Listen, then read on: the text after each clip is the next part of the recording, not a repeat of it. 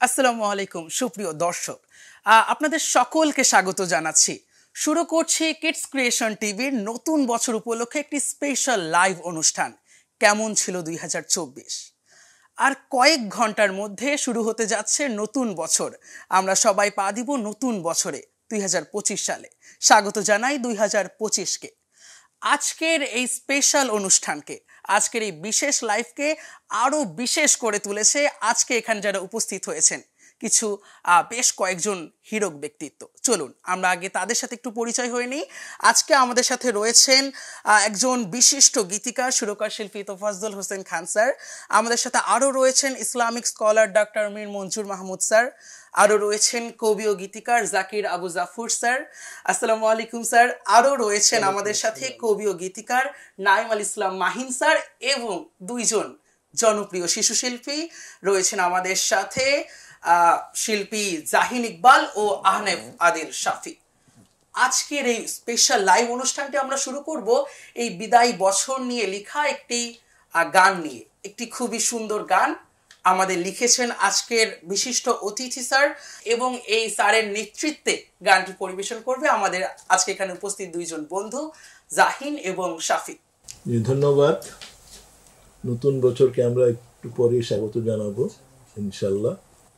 তবে আমি একটু স্মৃতিচারণ করতে চাই যে 2023-এর যখন এই সময়টা ছিল, সে এক শ্বাসরুদ্ধকর পরিবেশ ছিল। সারা জাতি মজলুম, জাতি মানে কান্না করারও সুযোগ ছিল না। যেমন হায়দার হোসেন যথার্থই বলেছে, আমি চিৎকার করিয়া কাঁদিতে চাই, করিতে পারিনি চিৎকার, বুকের ব্যথা বুকে চাপাইয়া নিজেকে দিয়েছি ধিক্কার। খুব স্বাভাবিক তার একটা ইয়া ছিল, জাতির যে স্বরূপটা তুলে ধরেছিলেন। তো সেই থেকে বেরিয়ে আসলাম আমরা। তো আমি বিজয়ের সময় কিন্তু আমি দেশের বাইরে ছিলাম, আমেরিকাতে ছিলাম। যখন বিজয়, সেখানে ঘুমাতে পারিনি রাতে। এই দৃশ্যগুলো, ওখানে তো ইন্টারনেট বন্ধ ছিল না, সবই আমরা দেখতে পারতাম। তো তখন এই গানটি তখন লেখা হয়েছিল আলহামদুলিল্লাহ। তো আমরা দুজন, আমার খুব প্রিয় শিশু শিল্পী, জাহিন তো মোটামুটি কিশোর হয়ে গেছে। তো ঠিক আছে, আমরা গাই নতুন এই বিজয়ের গান বলা যায় এটাকে। হলো কাঙ্ক্ষিত মুক্তির সূর্যোদয়, গহীনি তমসা কেটে আসলো বিজয়। হলো কাঙ্ক্ষিত মুক্তির সূর্যোদয়, গহীনি তমসা কেটে আসলো বিজয়। লা লা লা লা লা লা লা লা লা লা লা লা লা লা লা লা লা লা। শত শত শহীদের খুন ঝরিয়ে, হায়নার বুকুটে ত্রাস মারিয়ে, শত শত শহীদের খুন ঝরিয়ে, হায়নার বুকুটে ত্রাস মারিয়ে।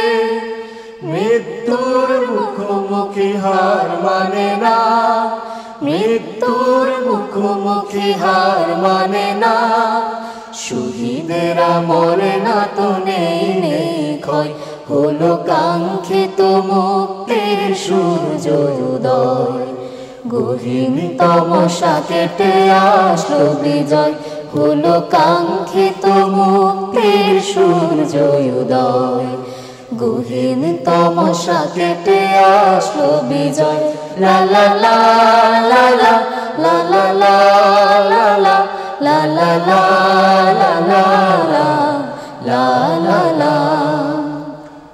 বঞ্চিত চিরদিন যায় না রাখা, রাজপথে জনতাকে যায়নি রোখা। বঞ্চিত চিরদিন যায় না রাখা, রাজপথে জনতাকে যায়নি রোখা।